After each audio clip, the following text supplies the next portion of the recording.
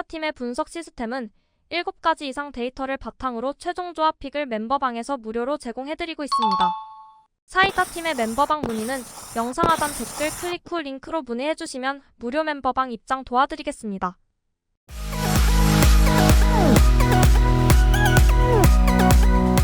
멤버분들의 적중 인증입니다. 경희 회원님, 프라니 회원님, 문식이 회원님 인증 감사드립니다. 적중하신 멤버분들 모두 축하드리며 무료 멤버방에서 모든 경기 핸디캡 및 언오버 최종 조합에 도움을 드리고 있습니다. 적중률 높은 사이다 팀의 최종 픽 문의는 아래 하단 고정 댓글에 있는 링크로 문의 부탁드립니다. 4월 27일 해외 축구 6경기 알아보겠습니다. 첫 번째 경기는 홈팀 크리스탈 팰리스 대 원정팀 아스톤 빌라 경기 알아보겠습니다. 홈팀 크리스탈 팰리스는 지난 4경기에서 12골을 실점했다. 본머스 상대로 무실점을 기록했지만 뉴캐슬과 맨시티 상대로 2경기 10실점, 그리고 지난 목요일 아스날 상대로 2골을 실점했다.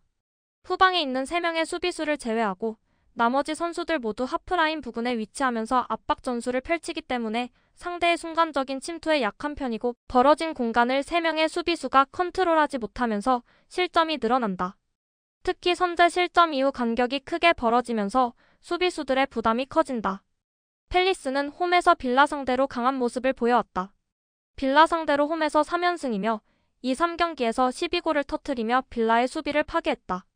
특히 최근 이번의 대승은 모두 글라스너 감독이 에메리 감독을 상대로 따낸 승리였다. 애초에 글라스너 감독 부임 후 맞대결 4경기에서 3승 1무를 기록하며 에메리 감독 상대로 강한 모습을 보여왔다. 볼 소유 시간을 줄이고 침투 패스를 적극적으로 활용하며 빌라의 후방을 공략했다. 반면 원정팀 빌라는 팰리스 상대로 굉장히 수비적인 스탠스를 취해야 될 것이다. 앞서 말했듯 빌라는 팰리스 상대로 부진했다. 에메리 감독 부임 후 글라스너 감독의 빌라 상대로 4경기 모두 승리하지 못했고 매번 팰리스의 속공에 당해왔다. 맞대결 4경기 모두 멀티 실점이었고 빌라파크에서도 2연속 무승이다. 빌라파크에서 지난 시즌 우승팀 맨시티와 이번 시즌 우승팀 리버풀 상대로 승점을 따낸 팀인데 팰리스 상대로는 매번 고전했다. 빌라는 더블 볼란치가 깊게 내려서머 수비를 지원하는 전술을 사용한다. 간혹 틸레망스가 3선으로 내려올 경우에는 역삼각형 미드필더 대형을 꾸리기도 하지만 그래도 기본적으로 더블 볼란치가 하프라인 위로 잘 올라오지 않는 팀이다. 차라리 풀백들이 올라가고 더블 볼란치가 수비를 지원하는 구조가 완성되기도 하는데 팰리스는 2선에서 2명이 미드필더 싸움에 가담하면서 사각 대형을 만들어 상대 중원을 압박하는 시스템을 사용하기 때문에 빌라가 중원 싸움을 풀어내기 위해서는 맥긴이나 로저스 같은 미드필더 성향의 2선을 투입해야 될 것이다. 사이다 팀의 최종 프리뷰 알아보겠습니다. 역사가 팰리스의 무패를 예상하고 에메리의 빌라는 팰리스전 열세를 극복하기 어려울 것이다. 빌라는 중앙을 강화하며 팰리스의 사각 압박 대형을 뚫어내야 하는데 이 경우에는 윙백들의 기동력 싸움에서 팰리스가 승리할 수 있기 때문에 전술 구조에서 팰리스가 우위를 차지하게 될 수밖에 없다. 빌라가 팰리스 상대로 계속해서 승리하지 못하는 이유는 구조 때문이고 크리스 리차즈와 게이가 모두 선발로 복귀하면서 팰리스의 불안했던 수비진도 안정될 것이다. 크리스탈 팰리스 프랜승 또는 오버 추천드립니다. 두 번째 경기는 홈팀 프랑크푸르트 대 원정팀 라이프치히 경기 알아보겠습니다. 홈팀 프랑크푸르트 팀은 중원 점유와 전방 압박을 시도하는 팀입니다. 그러나 괴체와 에빈베의 부상으로 인해 중앙 연결 고리가 원활하지 않은 상황입니다. 전방의 투톱은 세컨볼 회수와 문전 위치 선정에서는 위협적이지만 마무리에서 일관성 있는 결정력을 보이지 못하고 있습니다. 압박 간격은 잘 유지되지만 최종 박스 안에서의 슈팅 집중도가 아쉬운 상황입니다. 반면 원정팀 라이프치히 팀은 빠른 전개 템포를 자랑하지만 핵심 조율 자원인 캄플과 슐라거의 부재로 인해 전방과 중원의 연결에서 리듬이 끊기고 있어 템포를 유지하는 데 어려움을 겪고 있습니다. 오펜다와 세스코의 개인 기량은 뛰어나지만 이선의 지원이 원활하지 않아 박스 앞에서 고립되는 상황이 자주 발생하고 세컨볼 전개 또한 원활하지 않습니다. 사이다 팀의 최종 프리뷰 알아보겠습니다. 두 팀 모두 핵심 미드필더의 부재로 인해 박스 앞에서의 전개가 끊기는 상황이 발생하고 있으며 공격보다는 점유율과 경기 흐름의 조절에 중점을 둔 플레이가 이어지고 있습니다. 전체적인 경기 템포는 빠르지만 골문 앞에서의 집중력 부족과 전개의 단절로 인해 두 팀 모두 경기를 쉽게 주도하기 어려운 흐름을 보이고 있습니다. 무승부 또는 언더 추천드립니다. 세 번째 경기는 홈팀 스트라스부르 대 원정팀 생테티엔 경기 알아보겠습니다. 홈팀 스트라스부르는 최근 모나코전 0대0 무승부로 리그 10경기 무패를 이어가고 있다. 모나코전에서는 중원에서의 압축과 수비 라인의 탄탄한 라인 유지가 돋보였으며 바르코 두쿠레의 측면 수비 밸런스도 안정적이었다. 300 기반의 시스템에서 윙백의 전진성과 바쿠와 에메가의 좌우 분산 움직임을 통해 상대 수비를 효과적으로 흔든다. 홈에서의 수비 안정성도 뛰어나며 이번 경기를 유럽 대항전 진출권 확보의 분수령으로 삼고 있다. 변수는 디아라의 결장으로 그의 수비 기여 부재는 중원 밸런스에 다소 영향을 줄 수 있다. 반면 원정팀 생테티에는 직전 리옹과의 더비에서 2대1 승리를 거두며 분위기 반전에 성공했다. 스타생의 멀티골과 전방에서의 빠른 전환 플레이가 효과적이었으나 수비 조직력은 여전히 불안정하다. 미드필더 라인을 두텁게 하지만 측면 공간은 취약하다. 올 시즌 원정 경기에서는 단 1승에 그쳤으며 상위권 원정에선 8전 전패, 26실점이라는 절망적인 기록이 뒷받침한다. 마콩의 복귀는 긍정 요소이나 수비 라인의 전반적인 완성도는 낮다. 사이다 팀의 최종 프리뷰 알아보겠습니다. 스트라스부르는 홈 강세와 수비 안정성, 다채로운 전개 루트에서 우위를 점하고 있으며 생테티에는 원정에서 수비 붕괴가 잦은 전형적인 약체다. 디아라의 결장에도 불구하고 스트라스부르의 전술적 짜임새와 조직력은 우세하며 전방에서의 바쿠와 에메가 조합도 위협적이다. 생테티에는 스타생의 단독 활약을 제외하면 공격 연계가 제한적이며 수비적으로도 원정에서 매우 취약한 패턴을 반복 중이다. 스트라스부르가 홈에서 멀티 득점을 통한 완승을 거둘 가능성이 크다. 스트라스부르 승 또는 오버 추천드립니다. 네 번째 경기는 홈팀 르하브르 대 원정팀 AS 모나코 경기 알아보겠습니다.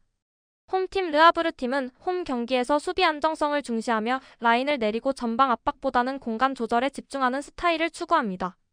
그러나 이번 경기에서는 상강태와 조우아우의 징계 이탈로 인해 중앙 수비와 측면 커버 범위가 모두 약화된 상황입니다.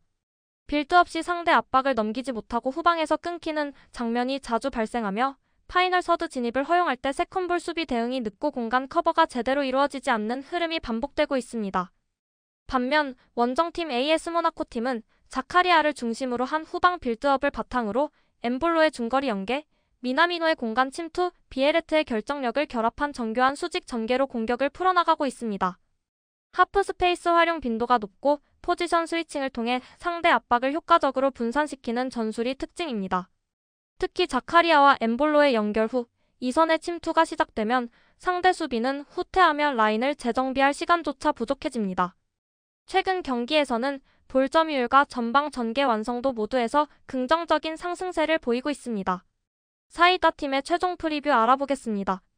르하브르는 징계로 인해 핵심 자원이 빠지면서 중앙 커버와 수비 블록 유지에서 불안한 모습을 보이고 있습니다. 반면 AS 모나코는 후방에서 안정적인 빌드업과 템포 빠른 공격 전환으로 압박을 회피하고 전개가 원활하게 이어지며 마무리까지 자연스럽게 연결되고 있습니다. 전술적 구조와 조율 능력, 그리고 파이널 서드 침투 효율까지 모든 측면에서 AS 모나코가 우위를 점하고 있는 매치업입니다. AS 모나코 승 또는 오버 추천드립니다. 다섯 번째 경기는 홈팀 리옹 대 원정팀 렌 경기 알아보겠습니다. 홈팀 올랭피크 리옹 팀은 좌우 측면에서 수적 우위를 점하며 사이드에서 주도권을 확보해 공격 전개를 이끄는 팀입니다. 세르키는 상대 수비를 끌어낸 뒤 공간을 넓히고 컷인이나 크로스를 통해 공격을 연결하는 중요한 역할을 맡고 있으며 미카우타제는 전방에서 라카제테와 연계 플레이를 통해 하프 스페이스를 침투하고 마무리 효율을 높입니다. 비록 부상자가 있지만 공격의 중심은 여전히 확고하며 측면 전투에서 분명한 전술적 우위를 보이고 있습니다. 반면 원정팀 스타드렌 팀은 윙백 한 명이 넓은 측면을 맞는 구조적 약점으로 인해 수비 전환이 다소 느려지는 경향이 있습니다. 특히 올랭피크 리옹과 같은 팀을 상대할 때 측면에서 수적 열세가 뚜렷하게 나타나며 상대의 측면 돌파나 오버래핑에 대응하기 어려운 상황이 발생합니다. 세이도의 부상은 수비 라인 간의 소통 문제를 악화시키고 전방 전개 속도와 빌드업 연결이 끊어지기 쉬운 상황을 만들고 있습니다. 사이다 팀의 최종 프리뷰 알아보겠습니다. 올랭피크 리옹은 측면에서 수적 우위를 활용할 수 있는 전술적 구조를 바탕으로 스타드렌의 윙백과 센터백 간 수비 간격을 계속해서 흔들 수 있는 팀입니다. 반면 스타드렌은 사이드에서 취약한 면과 수비 전환 속도의 저하로 인해 올랭피크 리옹의 크로스와 컷백을 중심으로 한 전개에 반복적으로 노출될 가능성이 큽니다. 리옹 승 또는 오버 추천드립니다. 여섯 번째 경기는 홈팀 바르셀로나 대 원정팀 레알 마드리드 경기 알아보겠습니다. 홈팀 바르셀로나 팀은 하피냐와 야말을 중심으로 한 2선 전개를 시도하고 있습니다. 그러나 레반도프스키의 부상 문제는 전방 마무리에서 큰 공백을 낳고 있으며 만약 출전하더라도 정상적인 기용이 어려워 그의 퍼포먼스가 최상의 상태를 보장하기 힘든 상황입니다. 중원 조합은 안정적이지만 전방에서의 결정력과 포지션 유지에서 여전히 불안정한 흐름이 지속되고 있으며 공격 템포가 자주 끊어지는 장면도 반복적으로 나타나고 있습니다. 반면 원정팀 레알 마드리드 팀은 비니시우스와 벨링엄의 공격 콤비를 중심으로 경기를 풀어나가고 있습니다. 그러나 최근 아스날전에서 패한 이후 전반적인 경기력에서 기동성과 압박력이 떨어진 모습을 보이고 있습니다. 밀리탄과 카르바알의 부상으로 수비 라인의 전환 반응 속도가 늦어졌으며 공격에서는 볼 소유는 많지만 이를 위협적인 찬스로 전환하는 데 어려움을 겪고 있습니다. 특히 팀 전체적으로 심리적인 부담이 쌓여가고 있어 공격적인 전개보다는 리스크를 최소화하는 방향으로 흐름이 반복될 가능성이 큽니다. 사이다 팀의 최종 프리뷰 알아보겠습니다. 바르셀로나는 레반도프스키의 부상으로 인해 전방에서의 마무리 능력이 저하될 가능성이 큽니다.